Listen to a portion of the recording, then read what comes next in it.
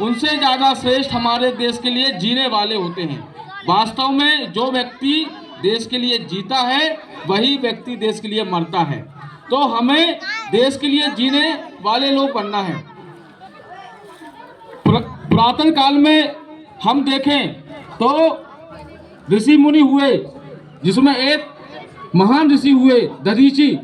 जब पूरे देश में राक्षसों का आक्रमण था, उस समय में सारे देवी देवताओं हाहाकार की स्थिति पैदा हो गई और हाहाकार होने के बाद सारे लोग भगवान शंकर जी के पास गए और बोले हमें बचाइए, हमें बचाइए, हमें बचाइए। ऐसी परिस्थिति में भगवान शंकर जी ने बोले कि अगर आपको जीवित रहना है तो आप दधीचि ऋषि के पास जाइए और वही आपकी रक्षा करेंगे। तो सारे देवी देवताओं मिलके दधीचि के पास गए और बोले कि हमें हमारी रक्षा कीजिए।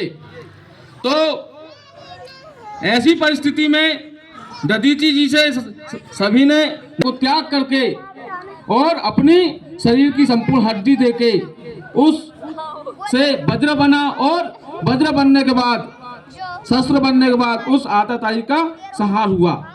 ऐसे ही हमारे देश में, हमारे देश को तोड़ने के लिए भारतवर्ष में बहुत सारे कुचक्र चल रहे हैं। सारे कुचक्र को तोड़ने के लिए हम सबको संगठित होकर, सामर्थ्यवान बन के, शक्तिशाली बन के जब भी देश की आवश्यकता पड़े हमको खड़े होना है।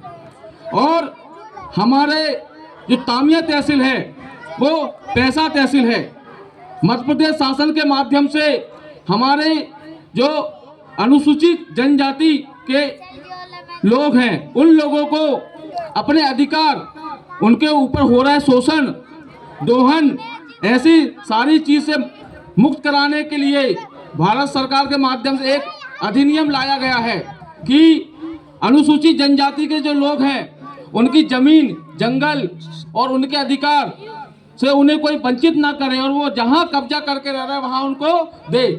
भारत सरकार के माध्यम से अभी सरपंच, उप सरपंच, 2 महिला पंच, पैसा मोबिलाइजर, सहायक सचिव, ऐसे संपूर्ण लोगों की लगातार ट्रेनिंग चल रही है। कल से भी तामिया जनपद कार्यालय में उप सरपंच लोग की ट्रेनिंग है। 27, 28, 29 से सरपंच, सचिव, जीआरएस, पैसा मोबिलाइजर लगातार ट्रेनिंग हो रही है, जिससे आपको आपके अधिकार मालूम हुए। और उसके बाद 7 लोगों की पैसा अधिनियम के अंतर्गत एक समिति बनी है और उसके अध्यक्ष की भी नियुक्ति किए गए हैं। पैसा समिति में जो तात्कालिक सरपंच, सचिव, सरपंच हैं और जो निर्वाचित पंच हैं वह लोग अध्यक्ष नहीं रहेंगे। पैसा अधिनियम में जो अध्यक्ष रहेगा गांव का गणमान्य व्यक्ति रहेगा, जिसके माध्यम से पूरी संपूर्ण बॉडी का संचालन होगा। जो सचिव हैं वह पैसा अधिनियम के प्रधान सचिव रहेंगे। अगर किसी कारणवश उसमें ग्राम सभा होती है, ऐसी परिस्थिति में अगर वह कहीं जाते हैं तो सहायक सचिव, अगर वह भी नहीं है तो शासकीय, अर्ध शासकीय, अगर यह भी नहीं है तो गांव के जो समझदार व्यक्ति, ऐसे व्यक्ति को उसकी कार्रवाई करने के लिए नियुक्त किया गया है। पैसा अधिनियम में जो ग्राम सभा का जो अध्यक्ष होंगे उसे पहली ग्राम सभा से लेके जब तक अगली ग्राम सभा पैसा एक्ट की नहीं होगी जब तक वह अध्यक्ष रहेगा। ऐसी सरकार ने, और जो हमारे गांव में अगर पैसा ग्राम है, अगर किसी के खिलाफ एफआईआर होती है तो ऐसी स्थिति में पुलिस डायरेक्ट कार्रवाई नहीं करेगी। वह पुलिस थाने के माध्यम से पैसा अधिनियम का जो अध्यक्ष है उसके पास सूचना आएगी आपके गांव के फलाने व्यक्ति के खिलाफ एफआईआर हो रही है, तो आप बताइए ये एफआईआर सही है या गलत है। ऐसी अनुसूचित जनजाति से लेकर जितने भी प्रकार की योजना है, सारी योजना का पूरा संपूर्ण पावर जो एक कार्यपालिक मजिस्ट्रेट के पास होता है वह हमारे पैसा एक्ट के अध्यक्ष के पास है। तो हमें हमारी जानकारी और कल से जो उप सरपंच, सरपंच, सचिव, जीआरएस सब लोग की ट्रेनिंग होगी। मैं मध्य प्रदेश शासन के मास्टर ट्रेनर हूँ। तो जो पैसा समिति अध्यक्ष हैं वह जानकारी लें वहाँ से बुक मिलेगी या वहाँ से जो नोट्स मिलेंगे उसको पूछें और आपके अधिकार को जानें। उस अधिकार के तहत ही आप लोग को सुरक्षा प्रदान होगी।